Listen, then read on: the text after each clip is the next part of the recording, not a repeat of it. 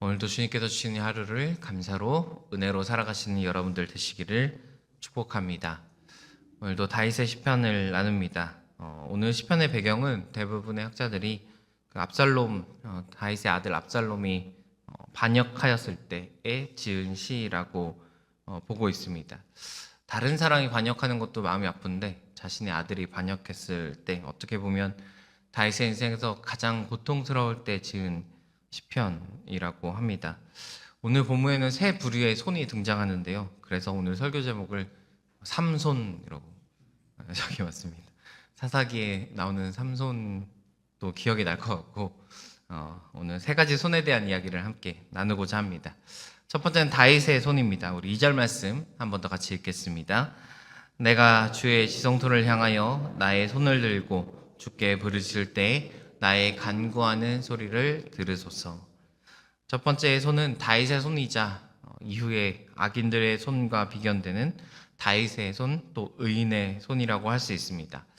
이 손은 손을 들고 지성소를 향해서 주님께 부르짖고 있다라고 이야기를 합니다. 지성소는 다들 아시다시피 그 성소 안에 있는 가장 깊은 곳, 또한 하나님이 임재하시는 장소를 일컬어 지성소라고 이야기하는데, 그곳을 향하여 다윗이 지금 손을 들고 하나님께 부르짖고 있다, 기도하고 있다라고 이야기를 하고 있습니다.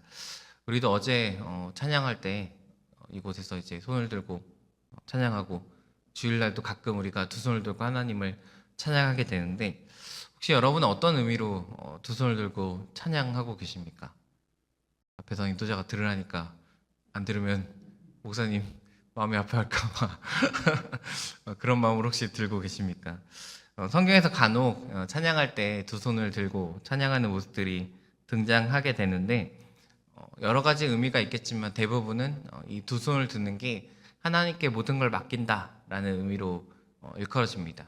보통 생각해 보시면 우리가 이렇게 두 손을 드는 때가 많지 않잖아요, 살면서. 간혹 그런 경우를 이제 표현할 때가 있는데, 설교를 준비하다가 이런 생각이 들더라고요. 이게 의인은 아닌데 경찰이 다가와서 이제 악한 사람 할 때 뭐라고 하죠? 총을 겨누고 손들어, 꼼짝 마, 움직이면 쏜다, 이렇게 너 완전히 항복해라라는 거죠. 허튼 짓 하지 말고. 하나님께 우리가 찬양할 때 두 손을 드는 게 바로 그런 의미로 많이들 일컬어집니다. 내가 주님을 찬양할 때 하나님 나의 모든 삶을 맡깁니다. 하나님께 나의 모든 것을 항복합니다. 그러니까 반대로 얘기한다면 하나님께서 내게 모든 것을 행해 주지 않으면 난 아무것도 할 수 없습니다 라는 고백을 담고 있는 것이 두 손을 들고 주님을 찬양하는 모습입니다. 오늘 의인의 손은 두 손을 들고 하나님을 향해서 항복하는 손이라고 할 수 있겠습니다. 두 번째 손은 악인의 손입니다. 우리 4절 말씀 읽겠습니다. 그들의 하는 일과 그들의 행위가 악한 대로 갚으시며 그들의 손이 지은 대로 그들을 갚아 그 마땅히 받은 것으로 그들에게 갚으소서. 의인의 손이 다 맡기는 손이었다면 악인의 손은 오히려 받는 손인데, 이 손은 무엇을 받냐면 하나님의 심판을 받는 손입니다. 그래서 설교를 준비하면서 이 손은 또 이런 생각이 들더라고요.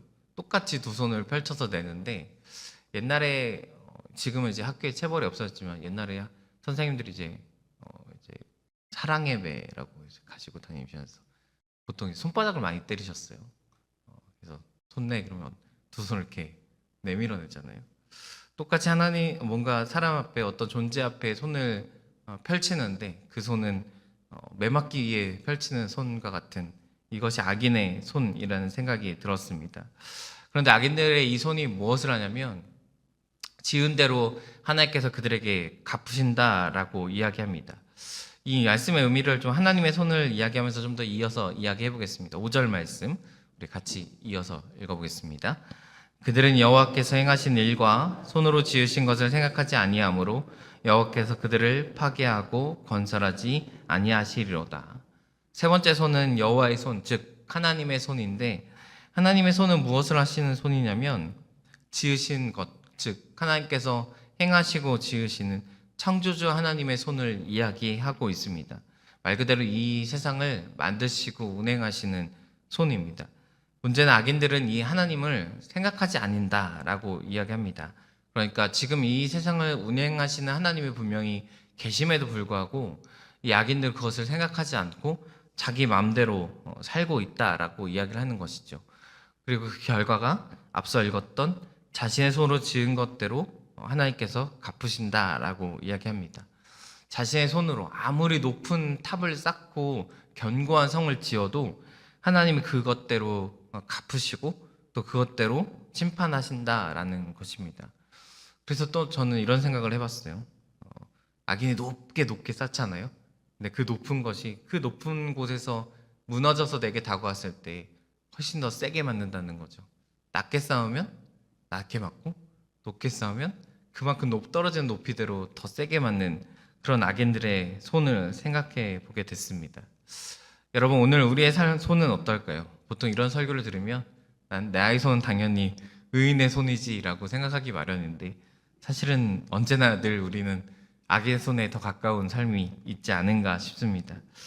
이 손은 단순히 우리 육체의 손만을 얘기하는 것이 아니라 사실 손은 인생의 또 우리의 삶에 대한 질문을 담고 있습니다. 손으로 행한 것이 곧 인생을 어떻게 살아가느냐라는 뜻이 되기 때문이죠.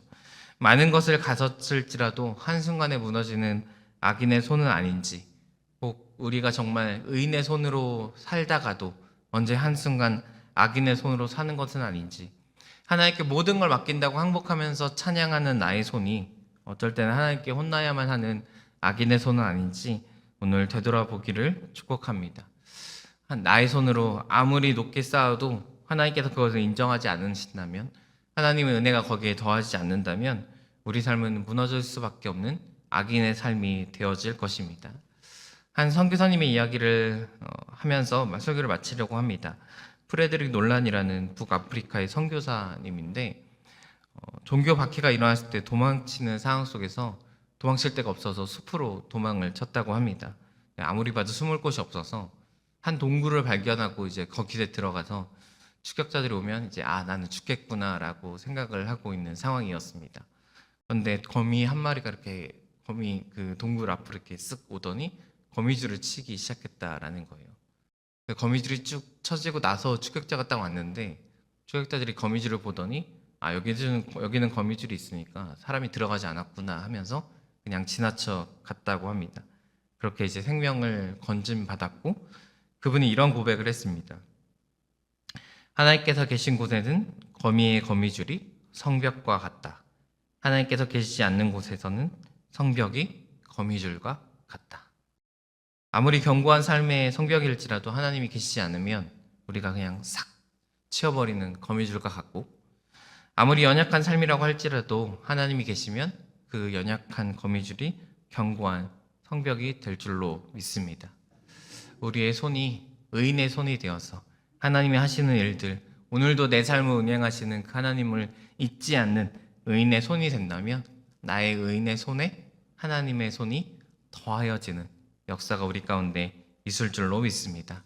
오늘도 하나님을 기억하시고 그 창조자 하나님의 손을 구하시는 오늘이 되시기를 축복합니다. 기도하겠습니다.